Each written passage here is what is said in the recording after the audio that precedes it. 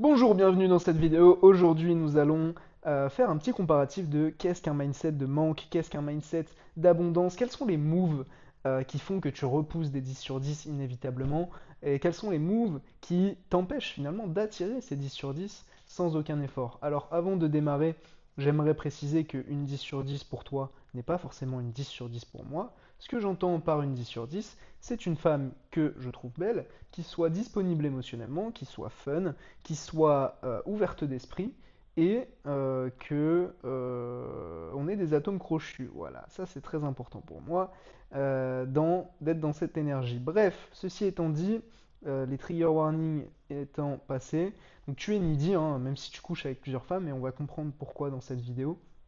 Et si je te dis ça, c'est parce que moi j'y suis passé par là. Voilà. Donc qu'est-ce qui se passe en fait dans notre esprit? C'est que on va être constamment, si tu veux, si tu comprends un petit peu la psyché humaine, tu comprends que tu as un ego et que tu as un être à l'intérieur qui est celui qui observe, celui qui est et celui qui est déjà accompli et finalement celui qui, dans tous les pas que tu fais à l'extérieur, la destination est déjà en toi. Si tu as compris ça, tu as déjà compris beaucoup de choses dans cette vidéo. Donc tu vas constamment osciller entre des états de manque qui émanent de l'ego et des états d'abondance. Et nous, ce qu'on veut, c'est le plus possible se rapprocher de cet état d'abondance, cet état où finalement, sans faire d'effort, et comme par magie, dans ta vie, bah, tu vas attirer des partenaires de rêve qui te correspondent parce que tu auras fait les bons moves et le bon travail, mec. Et c'est ce qu'on veut et c'est ce que je vais t'expliquer dans cette vidéo. Donc, on va faire un petit comparatif là déjà. Qu'est-ce que un mindset de manque? Qu'est-ce qu'un move de mec qui repousse les 10 sur 10? Déjà, un move de mec qui repousse les 10 sur 10, c'est quelqu'un qui réagit, c'est quelqu'un qui est réactif émotionnellement et donc qui s'identifie principalement à son ego, qui ne fait pas de travail de prise de conscience sur ces mécanismes automatiques qui sont déterminés par ses croyances, qui sont déterminées par le conditionnement social, le conditionnement familial et l'environnement dans lequel il a grandi, par exemple. Voilà, donc un mec dans le manque va réagir alors qu'un mec dans l'abondance sait comment il fonctionne et il va répondre au lieu de réagir. Ces moves vont venir d'un endroit de paix plutôt que d'un endroit de peur et de manque.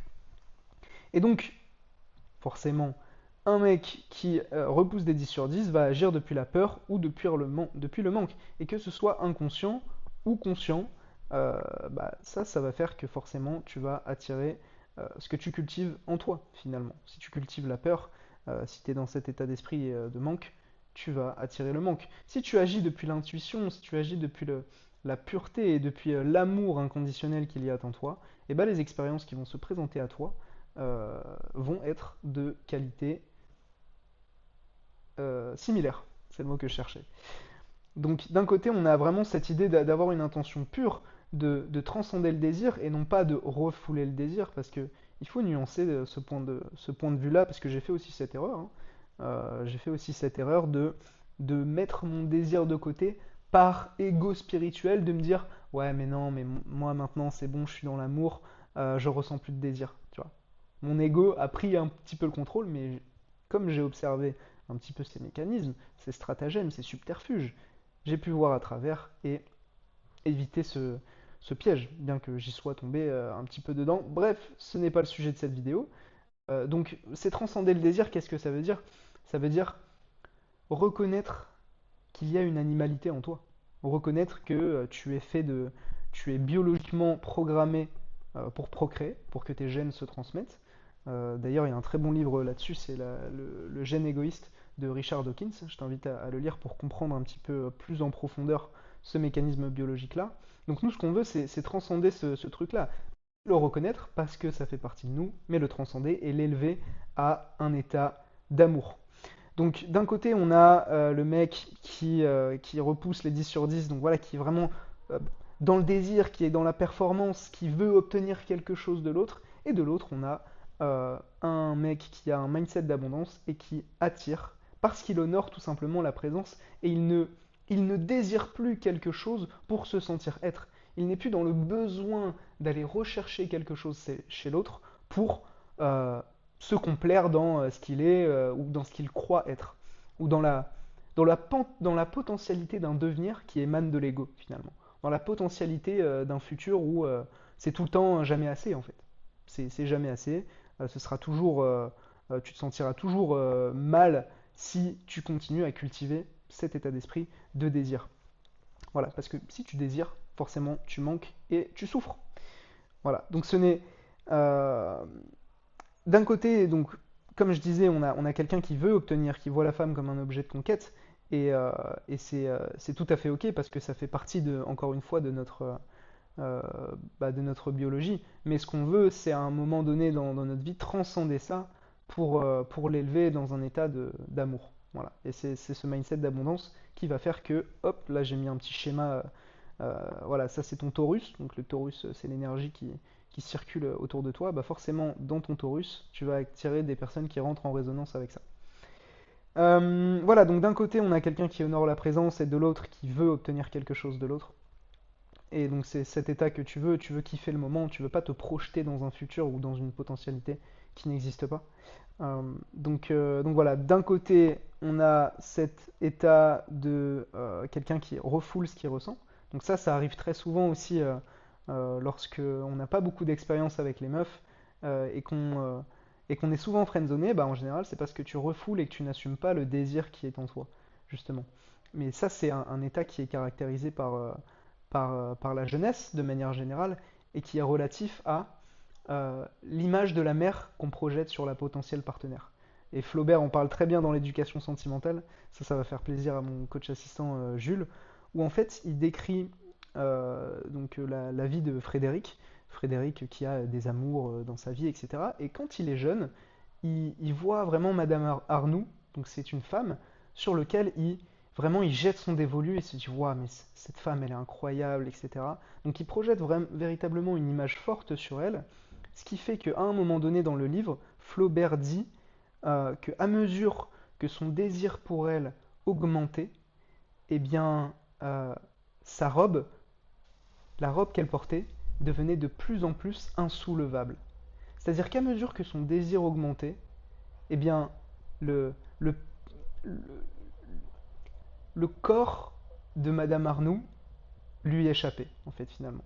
Devenait quelque chose d'encore plus mystérieux et de plus sombre. J'ai trouvé euh, cette référence très parlante et c'est pour ça que je te la partage dans cette vidéo, mec. Ça fait plaisir des petites références littéraires comme ça. N'hésite pas. Donc, d'un côté, on a quelqu'un qui refoule ce qu'il ressent parce qu'il est aussi dans l'anxiété d'un futur. Il se dit, ouais, mais qu'est-ce qui se passe si jamais je vais l'aborder, etc., et que je me fais rejeter. Euh, Surtout quand on n'a pas beaucoup d'expérience, bah, forcément, on imagine le pire. Et d'un autre côté, on a quelqu'un qui a fait ce travail sur lui et qui sait être présent parce qu'il est connecté à ce qu'il ressent. Il est connecté à son désir et il assume le désir qui existe en lui. Et l'action, finalement, par exemple, d'aller aborder une femme, est naturelle et est une conséquence de son état interne d'abondance. Qui est que, ok, je vois une femme très jolie, elle me fait quelque chose, elle me procure une sensation, eh bien je vais lui parler. C'est tout naturel. Voilà. Donc ça, c'est en ayant cultivé forcément cet état de déjà accompli et de paix en soi. Voilà. Euh, D'un côté, on a le mec qui est dans le manque et qui met sur un piédestal l'autre parce qu'encore une fois, il projette certaines choses sur elle. Et de l'autre, on a quelqu'un qui a fait ce travail-là. Donc le mec qui attire des 10 sur 10, qui voit à travers le physique. Voilà. Parce qu'il sait très bien que le physique c'est éphémère et qu'une fois passé les 3 premières années d'une relation, bah tu vois plus le physique en fait, finalement. Donc, qu'est-ce qui reste après? Qu'est-ce qui reste? Je te le demande. Moi, j'aimerais qu'il reste du fun, par exemple. J'aimerais qu'on se marre. J'aimerais qu'on soit disponible émotionnellement pour chacun. Toutes ces choses-là. Ça, c'est des questions que tu dois te poser. Qu'est-ce que je recherche véritablement chez une femme? Et qu'est-ce que je recherche aussi dans le cycle où je suis dans ma vie? Parce que c'est ok d'être dans ce cycle, d'aller à la conquête de l'autre. Sauf que moi, je suis là pour te dire, et j'ai pris ce chemin, qu'il existe un autre chemin qui est un peu plus lumineux. Et je ne t'explique pas des chemins que je n'ai pas empruntés. Voilà. Donc moi, j'essaye de t'expliquer le chemin qui pour moi est le plus lumineux et par lequel tu peux passer et gagner beaucoup, beaucoup de temps, mec. Gagner beaucoup, beaucoup de temps. Pour attirer des 10 sur 10 sans effort et sans faire des... Bref, ça c'est une autre histoire, on y reviendra peut-être. Donc d'un côté, on a le mec qui utilise des stratégies, des systèmes, qui est dans la force et qui est dans ce paradigme de performance, de contrôle finalement. Sauf que Quand tu es dans le contrôle, tu es encore dans l'ego parce que tu veux avoir la main mise. Tu as le besoin d'avoir le contrôle sur ta vie, alors que peut-être que c'est pas la meilleure solution. Quand tu es dans la puissance, d'un autre côté, tu attires naturellement les personnes qui te correspondent et qui vibrent à la même fréquence que toi.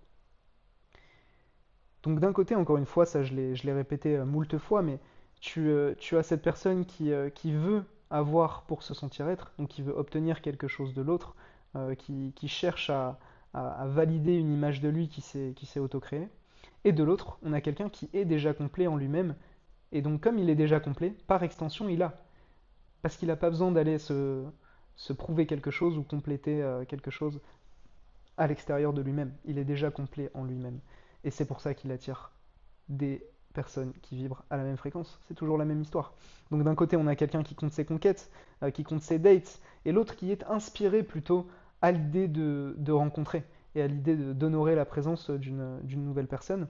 D'un côté, on a quelqu'un qui fait des sessions de drague pour se développer personnellement, etc. Ce qui, pendant longtemps, j'ai trouvé ça très noble, et aujourd'hui,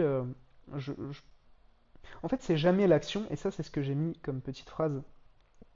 C'est jamais l'action qui est bonne ou mauvaise, et il n'y a pas de jugement à avoir sur l'action, mais c'est quelle est l'intention d'où part l'action. Et force est de constater que bah, les mecs qui font des sessions de drague, bah, ils font pour combler quelque chose et pour essayer de se conformer à un idéal qui n'existe que dans leur tête. Ça, c'est ce que j'ai remarqué. Mais tu peux très bien, là, je vais sortir tout à l'heure et bah, je vais peut-être aborder des meufs, mais l'intention sera complètement différente. Voilà. Donc d'un côté, on a quelqu'un qui fait des sessions et qui est là, qui sort tous les jours. C'était ma vie hein, pendant un moment. Et de l'autre, on a quelqu'un qui fait sa vie et qui tombe comme par magie sur des perles. Parce que ce qu'il cultive en lui se reflète inévitablement à l'extérieur. Et ça, c'est un truc c'est le truc qui m'a mis la plus grosse claque de ma vie, mec, parce que je me suis dit, putain, mais pendant 5 ans, j'ai fait tous ces efforts. Tu vois, ok, j'ai obtenu des très bons résultats, j'étais coach en séduction, j'avais des très belles femmes autour de moi, mais je me suis jamais senti aussi vide. Et là, d'un coup, je me mets dans cet état où je cultive cet état de paix à l'intérieur. Et qu'est-ce qui se passe dans ma vie? J'ai jamais aussi peu fait d'efforts et aussi peu performé et autant eu de femmes qualitatives autour de moi ou que je peux décrire comme étant des potentiels partenaires de rêve. Étrange, étrange quand même, quand même. Donc voilà, tant que tu cherches à l'extérieur, tu vas renforcer cette illusion du manque. Tu vas renforcer cette illusion de je ne suis pas assez, j'ai besoin d'aller chercher à l'extérieur, mais tu vas cope, tu vas combler. Parce que l'abondance, elle devient manifeste que lorsque tu te reconnectes à qui tu es vraiment. Et pour te reconnecter à qui tu es vraiment, ce sera le sujet d'une autre vidéo, mec, c'est pas le sujet, donc on continue. Euh, Là, d'un côté, on a encore quelqu'un qui utilise des techniques, des stratégies, des frames, qui est dans ce paradigme de désir et de performance pour obtenir quelque chose. Et de l'autre côté, on a quelqu'un qui fait zéro effort, qui fait zéro technique, parce qu'il est juste lui-même. Et il a... Mais attention, parce qu'il y a une différence entre dire il est lui-même et il est vraiment lui-même. Parce qu'il est lui-même, ça veut tout et rien dire. Si tu t'identifies à ton ego, t'es pas toi-même. Si tu t'identifies un peu plus à ton être, le soi, comme on l'appelle dans la psychologie jungienne, bah là tu te rapproches de qui tu es vraiment et donc tu attires des expériences qui sont en résonance avec l'état interne que tu cultives. Donc c'est toujours la même chose, d'un côté on a quelqu'un qui performe et de l'autre on a quelqu'un qui attire sans faire d'effort. On a quelqu'un d'un côté celui qui repousse les 10 sur 10, qui vit à travers le passé et le futur, la potentialité de quelque chose, la nostalgie du passé, et l'autre qui est présent, qui est, qui ressent et qui agit en conséquence, et qui vit des trucs forts. Là, il vit des trucs forts, mais pas dans le présent. Qu'est-ce que tu veux choisir, frérot? À toi de voir. Donc d'un côté, on a quelqu'un qui est dans l'ego, et de l'autre, on a quelqu'un qui est dans le soi. Donc ça, encore une fois, c'est la psychologie jungienne, le soi qui est vraiment la version de toi. Donc le soi englobe l'ego. Si tu veux, dans le schéma, ça c'est l'ego, et ça c'est le soi. Donc hop, t'as le soi, et là t'as l'ego juste en haut. Le problème aujourd'hui, c'est que certainement tu t'identifies beaucoup trop à ton ego, donc tu crois que c'est ça que tu es, et donc tu souffres. Donc tu souffres. Alors que quand tu te dis tu fais l'effort justement de prise de conscience, de reconnaître ce que tu n'es pas, ou ce que tu dis, ah non, mais là, ok, ouais, je suis dans mon ego, fiou, l'ego, il se dissout, et tu laisses la place pour l'expansion de ton être, donc qui tu es vraiment. Au-delà des masques, au-delà des rôles que tu peux jouer, etc. Voilà. Donc l'abondance que tu cherches dehors se trouve déjà en toi. Spoiler, spoiler. Mais tu ne peux la voir tant que tu regardes à travers les lunettes du manque et de l'ego. Cette vidéo est maintenant terminée. Like, abonne, partage à ton pote. Et je te fais des bisous, mec.